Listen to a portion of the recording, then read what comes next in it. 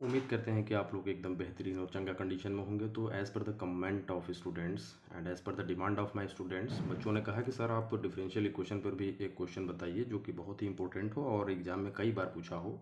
तो ये है एनसीईआरटी मिसलेनियस एक्सरसाइज, चैप्टर का नाम डिफरेंशियल इक्वेशन है, क्वेश्चन नंबर 7 है। तो आप उसको बुक से भी देख सकते हैं क्वेश्चन क्या लिखा है। बहरहाल मैंने क्वेश्चन को भी यहाँ लिख दिया है। तो आइए देखते हैं क्या है question. Show that the general solution of the differential equation dy by dx plus y square plus y plus one upon x square plus one is equal to zero is given by x plus y plus one is equal to A one minus x minus y minus two x y where A is a parameter. यानी कि हमें जो differential equation है वो क्या दिया हुआ है, d y by d x plus y square plus y plus one upon x square plus x plus one. इस तरीके का हमें डिफरेंशियल इक्वेशन दिया है और हमें इसका जनरल सॉल्यूशन निकालना है। तो आपको पहले तो मैं ये बता दूं कि जनरल सॉल्यूशन होता है क्या है। सिंपली देखिए, अब आपका टारगेट ये होगा कि ये जो आपको डिफरेंशियल इक्वेशन दिया गया है इसमें से आपको ये d y by d x क्या करना है, एलिमिनेट कर देना है, गायब कर देना है। ठीक है, जैसे आप उस फाइनल रिजल्ट पे पहुंचेंगे वो जो आपको फाइनल रिजल्ट मिलेगा, टर्म मिलेगा, वही इसका जनरल सॉल्यूशन हो जाएगा। तो सिंपली अब इसका मतलब ये हो गया कि देखिए कैसे सॉल्व करेंगे। आइए सॉल्व करके दिखाते हैं आपको। सॉल्यूशन आप लिखेंगे एग्जाम में, कैसे लिखेंगे, बिल्कुल इसी तरीके से लिखेंगे। अगर आपको पूरा नंबर चाहिए तो लिखेंगे solution we have given differential equation is, जो हमें डिफरेंशियल इक्वेशन दिया गया है हु बहू उसे देखिए यहाँ पे हम लिख दिए, इसमें कोई परिवर्तन नहीं। क्या दिया गया है, d y by d x plus y square plus y plus one upon x square plus x plus one. देखिए सेम लिखा गया है, इक्वल टू जीरो था तो हमने इक्वल टू जीरो कर दिया। अब ये आप ध्यान थोड़ा सा दिमाग लगाइए। ये अब चूंकि अगर बच्चे के सामने ये न्यूमेरिकल रख दिया जाएगा, स्टूडेंट क्लास 12th के सामने ये रख दिया जाए तो वो सोचेगा कि इसमें क्या करें, किधर स्टेप बढ़ाएं, अब अगला स्टेप क्या होगा। मतलब बहुत सारे कन्फ्यूज़न आने लगते हैं बच्चे के दिमाग में। मतलब अगर आपको गोल पता ही ना हो तो भाई आप क्या करेंगे। तो गोल इसमें क्या होता है देख लीजिए, गोल क्या होता है वो हम आपको बता दे रहे हैं। देखिए गोल क्या है, इसमें आपको ये d y by d x eliminate करना है और ये तभी हो पाएगा जब आप इसे इंटीग्रेट करेंगे। अब आप देख रहे हैं कि इसमें डी वाई भी है और डी एक्स भी है, यानी कि इसमें डबल वेरिएबल इंटीग्रेशन होगा। ये बात तो यहीं से क्लियर हो गई। अब इसको इंटीग्रेट करना है तो अब ये कैसे हवा में हो जाएगा भाई। कुछ टर्म वाई की इधर हैं, कुछ एक्स की इधर हैं, डी वाई इधर हवा में नाच रहा है, डी एक्स इधर नीचे खेल रहा है। तो इसको क्या करेंगे हम लोग, पहले सिस्टमेटिक तरीके से वाई वाले टर्म को डी वाई के साथ पूरा लेंगे और एक्स वाले वेरिएबल टर्म को पूरा एक्स के साथ लेंगे। अब मुझे उम्मीद है कि आप लोगों को यह बात समझ में आ गई होगी कि अब हम लोग अगला स्टेप क्या करने वाले हैं। यानी हमारा अगला स्टेप यही होगा कि अब हम लोग इसको सेट करने वाले हैं, इस तरीके से सेट करने वाले हैं कि इस इक्वेशन का हम लोग इंटीग्रेशन कर सकें। तो देखिए कैसे इंटीग्रेशन करने जा रहे हैं। देखिए इसको तो यहीं ज्यों का त्यों पकड़ लीजिए, कहीं मत जाने दीजिए। ये जो राइट वाला टर्म आप देख रहे हैं इसको उठा के लेफ्ट से इस इक्वेशन के राइट में भेज दीजिए। तो जैसे आप भेजेंगे जो प्लस वाला सिंबल आप देख रहे हैं माइनस हो जाएगा। यहाँ y square plus y plus one है, देखिए यहाँ पे सेम टू सेम लिख दिया हमने। यहाँ x square plus x plus one है तो इसको भी हमने सेम टू सेम लिख दिया। हम उम्मीद करते हैं कि आप लोगों को यहाँ तक समझ में आ गया होगा, इसमें कोई दिक्कत नहीं, कोई चुनौतियों का सामना नहीं करना है। अब देखिए अब थोड़ा सा नीचे चलते हैं। यहाँ देखिए डी वाई था तो यहाँ हमने डी वाई लिख दिया। अब इस टर्म को जरा ध्यान से देखिए, ये इधर ऊपर है, इसको अगर इधर नीचे भेजेंगे इक्वेशन के लेफ्ट साइड में भेजेंगे राइट से तो ऑटोमेटिक ये ऊपर न्यूमरेटर है। तो हमने आपको कई बार वीडियो में भी बता दिया है कि ये ऊपर से सीधे डिवाई के नीचे आ जाएगा, यानी क्रॉस मल्टीपल के रूप में। तो इसको नीचे भेजेंगे तो देखिए ये इधर आ गया y square plus y plus one, और यहाँ माइनस है तो यहाँ माइनस लगा दिए। यहाँ डी एक्स था तो भाई इस डी एक्स को लेफ्ट से राइट भेजेंगे तो ये डिवाइड से मल्टीप्लाई में चला जाएगा। तो यहाँ देखिए डी एक्स हो गया और नीचे इसको ऐसे ही रहने देंगे x square plus x plus one. देखिए यहाँ पे हमने इसको x square plus x plus one कर दिया। यहाँ तक आपको कोई दिक्कत नहीं हुई तो अब आप फॉर्मेट की तरफ बढ़ रहे हैं। अब देखिए नीचे आ जाइए, यहाँ डी वाई था तो यहाँ हमने डी वाई लिख दिया, यहाँ वाई स्क्वायर था तो यहाँ वाई स्क्वायर कर दिए, यहाँ वाई था तो यहाँ वाई कर दिए, यहाँ वन है तो यहाँ वन कर दिए। अब यह माइनस है भैया, इक्वल टू के राइट साइड में है, we will terminate this term from right side to left side. इसको उठा के राइट से लेफ्ट कर देंगे। जैसे ही राइट से लेफ्ट जाएगा ये जो माइनस आप देख रहे हैं ना तुरंत प्लस हो जाएगा। और यहाँ डी एक्स है तो डी एक्स हो जाएगा x square plus x plus one, और यहाँ इक्वल टू की इधर कुछ बचा नहीं तो जीरो हो जाएगा। अब यहाँ तक हमें उम्मीद है कि आपको समझ में आ गया होगा। अब जरा इसको ध्यान से देखिए, डी वाई के नीचे सब आ गया, डी एक्स के नीचे एक्स का पूरा टर्म आ गया। अब इसे हमको करना क्या है, इंटीग्रेट करना है। हमने आपको शुरू में ही बता दिया है कि जब तक आप इसको इंटीग्रेट नहीं करेंगे वो डी वाई और डी एक्स गायब नहीं होगा। ठीक है, तो लिखेंगे क्या, on integrating both side we get. हम इसे इंटीग्रेट करने वाले हैं दोनों तरफ, क्या मिलेगा, देखिए इसका इंटीग्रेशन करेंगे तो इंटीग्रेशन का सिंबल हो जाएगा dy by y square plus y plus one. यहाँ प्लस है तो प्लस, यहाँ भी इंटीग्रेशन का सिंबल लगा दिए dx एक्स स्क्वायर, मतलब सेम टू सेम इंटीग्रेशन का सिंबल आ गया। और आप जानते हैं कि इंटीग्रेशन के टर्म में एक कांस्टेंट जोड़ा जाता है, जो कि आप देख रहे होंगे कि हमने डायरेक्ट इक्वल टू के राइट साइड में जोड़ दिया है। इसको थोड़ा सा अगर आप समझने के प्रयास करेंगे तो ऐसे होगा। देखिए यहाँ पे कोई एक छोटा सा कांस्टेंट जुड़ा होगा, यहाँ पे भी कोई एक छोटा सा कांस्टेंट जुड़ा होगा, ये कांस्टेंट इस कांस्टेंट से जुड़ गया तो कोई कांस्टेंट आया होगा। वो कांस्टेंट कैसा है? आर्बिट्रेरी कांस्टेंट, उसकी वैल्यू तो भाई हमको पता है नहीं। अब ये दोनों कांस्टेंट को उठा के हमने राइट साइड में भेज दिया और इस कांस्टेंट की वैल्यू को हमने सी मान लिया। तो अब आप कंफ्यूज मत होइएगा। अब देखिए अब चूंकि हमें इसे इंटीग्रेट करना है, अभी इसका कोई और पॉइंट दिख नहीं रहा है, तो हम लोग अपने हिसाब से इसको सेट करेंगे और ये डिपेंड करेगा कि आपकी प्रैक्टिस कितनी है, आपको इंटीग्रेशन और डिफरेंशिएशन पे कितना कमांड है, उसी हिसाब से आप इसको सेट कर पाएंगे। देखिए यहाँ इंटीग्रेशन है तो यहाँ इंटीग्रेशन का सिंबल लगा दिया, यहाँ डी वाई है तो यहाँ डी वाई लिख दिए, यहाँ वाई स्क्वायर है तो यहाँ वाई स्क्वायर कर दिया, यह वाई हो गया, यहाँ प्लस वन हो गया। इस तरीके का जब क्वाड्रेटिक टर्म नीचे हो, क्वाड्रेटिक इक्वेशन नीचे हो, तो ऐसे इंटीग्रेशन को जो सॉल्व करने का तरीका होता है वो सिंपली ये होता है कि जो सिंगल ऑर्डर वेरिएबल होता है, यानी क्वाड्रेटिक के बाद वाला दूसरा, ये सेकंड ऑर्डर है, ये फर्स्ट ऑर्डर है, तो फर्स्ट ऑर्डर वाले का जो कोफिशिएंट होता है उसका आधा करके एक बार जोड़ देते हैं, एक बार घटा देते हैं। तो देखिए y का कोफिशिएंट क्या है? 1 है, 1 का आधा क्या होगा? 1/2 होगा। 1/2 का स्क्वायर एक बार इसमें जोड़ दिए, देखिए प्लस कर दिए, और एक बार 1/2 का स्क्वायर घटा दिए, तो ये काउंटर बैलेंस हो गया ना, ये इससे घटेगा तो अभी यही हमको मिल जाएगा। फिर उसी काम इसमें भी कर देंगे। देखिए यहाँ इंटीग्रेशन का सिंबल है तो इंटीग्रेशन, यहाँ dx है तो dx, यहाँ x square plus x plus one. X का कोफिशिएंट भैया 1 है तो 1 का हाफ क्या हो जाएगा? 1/2, 1/2 का स्क्वायर एक बार जोड़ दिए, देखिए प्लस, एक बार माइनस कर दिए। राइट साइड में सी था तो राइट साइड में सी कर दिया। हमें उम्मीद है कि यह आपको बहुत ही आसानी से समझ में आ गया होगा, कोई दिक्कत इसमें नहीं है, क्योंकि बहुत ही आराम से इसको हमने आपको बता दिया है। अब देखिए यहाँ डी वाई था तो यहाँ डी वाई कर दिया। अब थोड़ा सा ध्यान दीजिए, यहाँ पर यहाँ इंटीग्रेशन का सिंबल था तो वो भी लग गया, अब यहीं से बदलाव होना शुरू हो जाएगा। देखिए इसको, इसको और इसको एक साथ हम लोग लेने वाले हैं, ठीक है? तो देखिए इसको y प्लस 1/2 का होल स्क्वायर हमने कर दिया। अब अगर इसको तोड़ते हैं हम लोग, फिर से बैक जाते हैं, तो फार्मूला होता है a प्लस बी का होल स्क्वायर, ये a स्क्वायर करेंगे यानी y का स्क्वायर प्लस b स्क्वायर। देखिए 1/2 का स्क्वायर मिल गया। 2ab जब करेंगे तो देखिए यहाँ पे 2a कितना है y, b कितना है 1/2, तो 1/2 से 2 कट गया, बचा y। देखिए वाला भी टर्म मिला ना, बस अब इतना समझ गया तो ठीक है। देखिए ये 1 था तो इसको यहाँ लिख दिया गया, माइनस था तो माइनस, 1/2 का स्क्वायर करेंगे तो 1/2 का स्क्वायर हो जाएगा 1/4। सेम टू सेम वही काम इस टर्म में भी किया गया है। यहाँ dx था तो dx, इसको देखिए, इसको, इसको और इसको एक साथ, x प्लस 1/2 का होल स्क्वायर, जो प्रोसेस इसका एक्सप्लेनेशन बताया है वही इसमें भी है। यहाँ 1 है तो 1 लिख दिए, और माइनस था तो माइनस लगा दिए। 1/2 का होल स्क्वायर करेंगे तो भैया 1 का स्क्वायर 1 और 2 का स्क्वायर 4, राइट साइड में सी था तो सी लिख दिया। हमें उम्मीद है कि यहाँ तक आपको समझ में आ गया होगा अच्छे तरीके से, इस इक्वेशन तक आपको कोई दिक्कत नहीं होगी। अब देखिए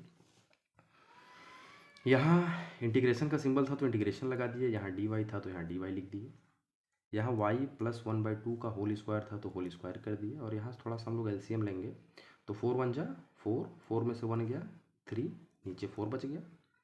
यहाँ प्लस है तो प्लस लगा दिए, यहाँ dx है तो dx लगा दिए। अब यहाँ देखिए x प्लस 1/2 का होल स्क्वायर एकदम सेम ऐसे ही लिख दिए इसको, बस इस स्टेप में इसको सॉल्व कर रहे हैं। 4 1 जा 4, 4 में से 1 गया 3/4 इक्वल टू सी। बहुत आसान था, यहाँ तक बहुत आसानी से आपने समझ लिया। अब आइए मैदान में, देखिए यहाँ डी वाई था तो डी आई कर दिया हमने। अब इसको थोड़ा सा सेट करेंगे। आप देख रहे हैं कि ये वेरिएबल टर्म है, y प्लस 1/2 क्या था भैया? हमारा वेरिएबल टर्म है, और ये कांस्टेंट टर्म है। अब ये स्क्वायर है, अगर ये भी स्क्वायर बन जाए तो हम लोग इस तरीके का फार्मूला पढ़े हैं, integral over 1/a² plus x square dx, यानी कि अगर न्यूमरेटर में एक कांस्टेंट टर्म का स्क्वायर हो और एक वेरिएबल टर्म का स्क्वायर हो, और अगर इसका हम लोग वेरिएबल टर्म के रिस्पेक्ट में इंटीग्रेट करते हैं तो इसकी जो वैल्यू होती है, जो कांस्टेंट होता है वो बाहर आ जाता है, जो कि डिनोमिनेटर में चला जाता है, यानी 1/a tan इनवर्स x/a होता है। ये हम लोग पहले से पढ़े हुए हैं, तो बस हम लोग इसी प्रारूप में इसको सेट करने वाले हैं, और जो कि सेट हो चुका है। देखिए 3 को √3 लिख देते हैं, और 4 को 2 लिख के होल स्क्वायर कर दिए। कोई दिक्कत? बिल्कुल कोई दिक्कत नहीं है भैया। √3 का स्क्वायर करेंगे आपको 3 मिल जाएगा, और 2 का स्क्वायर करेंगे तो आपको 4 मिल जाएगा। वही काम इसमें भी कर देंगे हम लोग। देखिए यहाँ dx था तो यहाँ dx लिख दिए, और √3 बाई 2 का होल स्क्वायर, और इसको बस हमने आगे पीछे कर दिया है। आगे पीछे इसलिए कर दिया है कि जो हमारा फार्मूला होता है उसमें फार्मूले में ए स्क्वायर आगे होता है, तो आपको कन्फ्यूज़न ना हो इसलिए हमने आगे पीछे कर दिया। वैसे कोई दिक्कत नहीं, आप इधर का इधर, इधर का इधर, इसको इधर भी लिख सकते हैं। यहाँ तक अब आपको क्लियर हो गया। अब आइए इसके दूसरे पहलू पर चलते हैं। तो दूसरा पहलू अब इसमें लगाएंगे तब ना होगा, बहुत बड़ा है। देखिए अब यहाँ पे हम लोग क्या करने वाले हैं, फार्मूले को ऑपरेट कर देने वाले हैं। फार्मूला हमारा क्या होता है भैया, d y by a square plus x y square है। तो फार्मूला होता है 1/a। देखिए यह पूरा क्या है, a है। √3/2 क्या है, a है। तो देखिए 1/a, a की जगह √3/2 पूरा आ गया। यहाँ tan इनवर्स फार्मूले में होता है, देखिए यहाँ पे tan इनवर्स होता है, तो यहाँ tan इनवर्स लिख दिए। फिर क्या होता है, x/a होता है, चूँकि वेरिएबल टर्म में यहाँ पे क्या है पूरा y + 1/2 है। तो देखिए यहाँ पे y + 1/2 अपॉन a, कॉन्स्टेंट क्या है √3/2। इसमें कोई दिक्कत नहीं है, आपको हम समझ रहे हैं। यहाँ प्लस है तो यहाँ प्लस लगा दिए, वही काम इसमें करेंगे। देखिए इंटीग्रल ओवर का जब सिंबल हटाएंगे यानी इसको इंटीग्रेट करेंगे तो tan इनवर्स का फार्मूला है। तो 1/a √3/2 tan इनवर्स x + 1/2, और a क्या है हमारा √3/2। ये पूरा x है, पूरा a है, बराबर c है तो बराबर c कर दिए। हमें उम्मीद है कि आपको यहाँ तक समझने में कोई दिक्कत नहीं हुई है। अब थोड़ा सा एक स्टेप और आगे हम लोग चलते हैं, ठीक। तो अब सही वीडियो में देखिए, अब एक स्टेप और नीचे चलते हैं। अब ये 1/√3/2 है, तो ये 2 कहाँ चला जाएगा, ऊपर चला जाएगा। तो 2/√3 ये हो गया। यहाँ tan इनवर्स है तो tan इनवर्स हो गया। यहाँ 2 का मल्टीप्लाई y में होगा, एलसीएम लेने वाले हैं हम लोग। तो 2 का मल्टीप्लाई y में करेंगे तो 2y + 1, और नीचे क्या हो गया 2, और √3/2 हमारा है पहले से ही, वो नीचे लगा रहेगा। यहाँ प्लस है तो प्लस, वही काम यहाँ 2 ऊपर चला गया नोमिनेटर में, तो 2/√3 tan इनवर्स।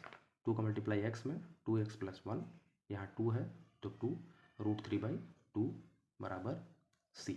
हम उम्मीद करते हैं कि आपको ये वाला भी स्टेप पूरी तरीके से समझ में आ गया होगा। अब देखिए यहाँ पे क्या है भैया, 2/√3 इसमें भी है, 2/√3 इसमें भी है। बस जब दोनों में है तो तुरंत क्या करिए, कॉमन कर लीजिए। तो देखिए 2/√3 इसमें से, 2/√3 इसमें से कॉमन हो गया। अब बचा क्या, tan इनवर्स पूरा ये मेंबर। देखिए tan इनवर्स 2y + 1/2। देखिए यह 2 से 2 कट जाएगा, 2y + 1 √3 है तो यहाँ √3 लिख दिए, यहाँ प्लस है तो प्लस लगा दिए। tan इनवर्स चूँकि यह बाहर जा चुका है कॉमन में, बचा क्या tan इनवर्स 2x + 1, या 2 से 2 कट जाएगा, और √3 यहाँ आपका बच गया, इक्वल टू में c है। उम्मीद करते हैं कि आपको यहाँ तक समझने में कोई दिक्कत नहीं हुई होगी। आइए बिना समय जाए कि नीचे बढ़ते हैं। अब देखिए इसको ध्यान से, यह tan inverse a + tan inverse b, या दूसरे शब्दों में कहें tan inverse x + tan inverse y का फार्मूला हो गया। अब आप जानते हैं भैया कि tan inverse x + tan inverse y बराबर क्या होता है, tan inverse x + y upon 1 - xy। इसी फार्मूले का हम लोग इसमें क्या कर देंगे, तुरंत बिना इंतज़ार किए इस्तेमाल करेंगे और रिजल्ट हमारे सामने होगा। देखिए यह √3 इधर क्या है, डिनोमिनेटर में है ना, राइट साइड में जाएगा तो न्यूमरेटर में, यानी कि c से मल्टीप्लाई हो जाएगा। तो √3 और 2 न्यूमरेटर में है, नीचे आएगा तो डिनोमिनेटर में चला जाएगा, इक्वल टू की इधर लेके आ रहा है।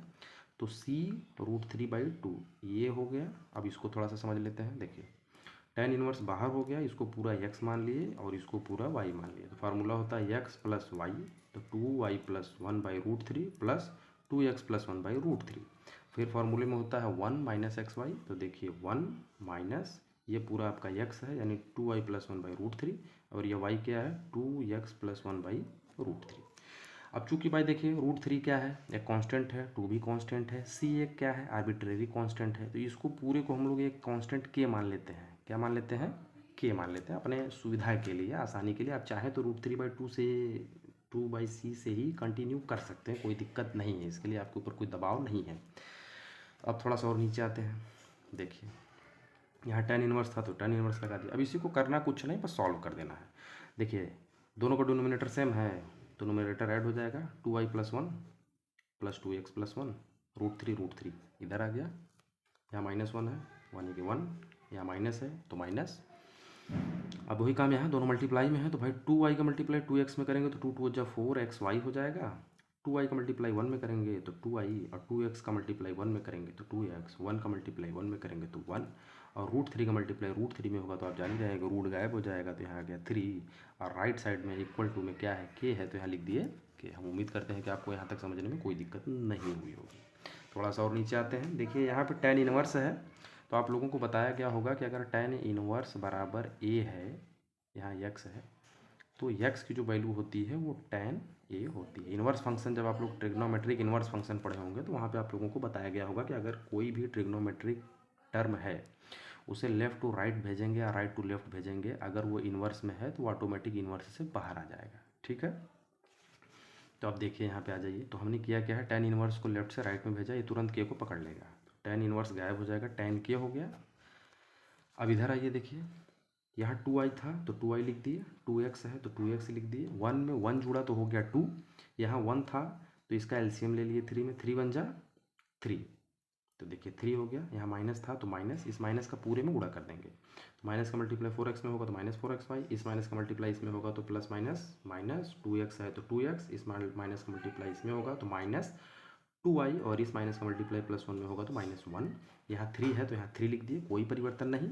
और ये tan इधर आ गया था, हमने आपको बताया ना कि इनवर्स फंक्शन था तो इधर से लेफ्ट से राइट गया तो के को पकड़ लिया, tan के हो गया। ठीक, थोड़ा सा और नीचे आए। हम उम्मीद करते हैं कि यहाँ तक मामला एकदम चकाचक क्लियर है आपका, और जब यहाँ तक क्लियर हो गया तो फिर अब क्वेश्चन में बचा नहीं है दम जरूर। अब ये आपके प्रैक्टिस के ऊपर डिपेंड कर रहा है कि आप कितना हद तक इसको सॉल्व कर पा रहे हैं। वही हमने आप शुरुआत में ही कहा था कि ये जो क्वेश्चन है कई क्वेश्चन का मिक्सअप है। ठीक है, अब देखिए यहाँ आ जाइए थोड़ा सा, देखिए यहाँ भी 2 है, यहाँ भी 2 है, यहाँ भी 2 है, तीनों में से कॉमन कर लीजिए, बचेगा यहाँ x, तो x को हमने आगे कर दिया, y थोड़ा सिस्टमेटिक तरीका है, और यहाँ बचा 1, तो यहाँ 1 हो गया, √3 है तो √3 इंटू। अब देखिए आपको एक फार्मूला बताया गया होगा बड़ी छोटी क्लास में ही कि अगर a/b/c/d है तो इसकी जो वैल्यू होती है a/b/d/c होती है, यानी कि जो नीचे डबल फ्रैक्शन के नीचे जो c होता है ये डिनोमिनेटर में, और ये सीधा एकदम नीचे वाला एकदम ऊपर।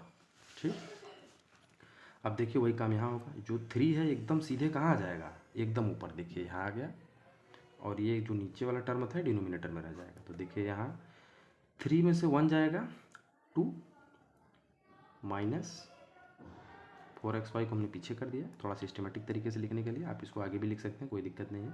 -2x था तो यहाँ लिख दिए, -2y था तो यहाँ लिख दिए, -4x है तो यहाँ लिख दिए, कोई दिक्कत है नहीं होनी चाहिए यहाँ तक। थोड़ा सा और नीचे आ जाइए, बस अब बहुत हो गया, अब आपकी इंतज़ार की घड़ी ख़त्म होने वाली है, अब आप अपने डिज़ायर्ड आंसर पे पहुँचने वाले हैं। तो देखिए पहुँचा देते हैं। 2 है तो यहाँ 2 लिख दिए, ये 3 को हम लोग क्या लिख सकते हैं, √3 इंटू √3 लिख सकते हैं। एक तो √3 से √3 कट गया तो बचा क्या, √3, ये √3 का मल्टीप्लाई 2 में कर देंगे तो 2√3 हो गया, x + y + 1 है। ठीक, यहाँ क्या है 2 2 2 4, 2 कॉमन कर लीजिए आप, तो यहाँ बचेगा 1, 2x में से x 2 बाहर चला गया तो -x बचेगा, यहाँ से 2 बाहर गया -y बचेगा, यहाँ से 2 बाहर गया, 2 2 जा 4, -2xy बचा, इक्वल टू में tan के है तो भैया tan के लिख दिया हमने।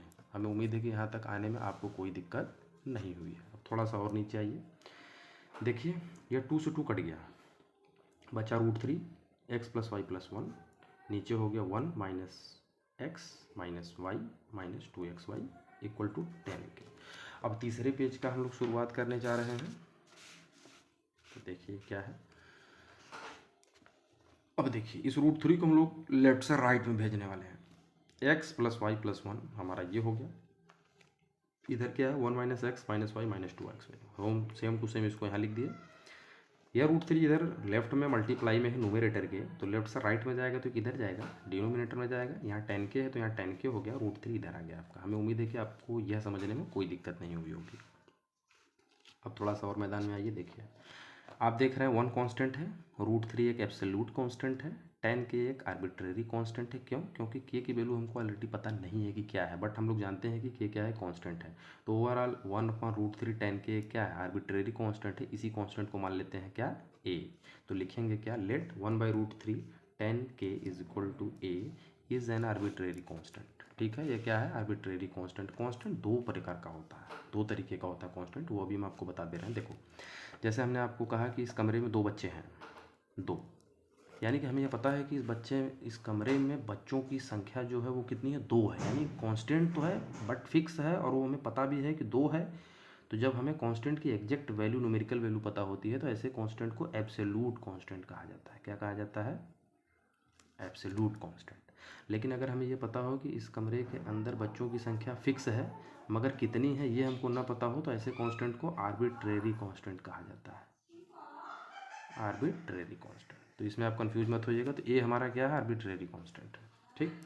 अब देखिए यहाँ x + y + 1 है, इसको पूरा हमने ए मान लिया। तो देखिए यहाँ ए हो गया और इसको लेफ्ट से जब राइट भेजेंगे तो यह डिवाइड में है तो इधर आएगा तो क्या होगा? मल्टीप्लाई में हो जाएगा एक ए। अब इस इक्वेशन को ध्यान से देखिए, x + y + 1 = a under bracket 1 - x - y - 2xy hence the given result is proved. क्या था? अब जरा हम आपको पहला पेज दिखाते हैं आपको। देखिए x + y + 1 = a 1 - x - y - 2x। इसमें आपको dy/dx कहीं दिख रहा है क्या? ध्यान से देखिए इसको। इसमें कहीं dy/dx आपको दिख रहा है? नहीं दिख रहा है ना। तो ये सॉल्यूशन क्या कहलाएगा? जनरल सॉल्यूशन कहलाएगा। किसका? ये जो डिफरेंशियल इक्वेशन हमको दिया गया था इसका। ठीक है। तो कमेंट करके ज़रूर बताएं कि ये वीडियो कैसा लगा आप लोगों को। और ये क्वेश्चन वाकई बहुत ही बेहतरीन लाजवाब है और कई बार एग्ज़ाम में पूछता है। ये इस क्वेश्चन को आप एकदम कंठस्थ कर लें और हम उम्मीद करते हैं कि आप लोगों को ये क्वेश्चन समझ में आया होगा।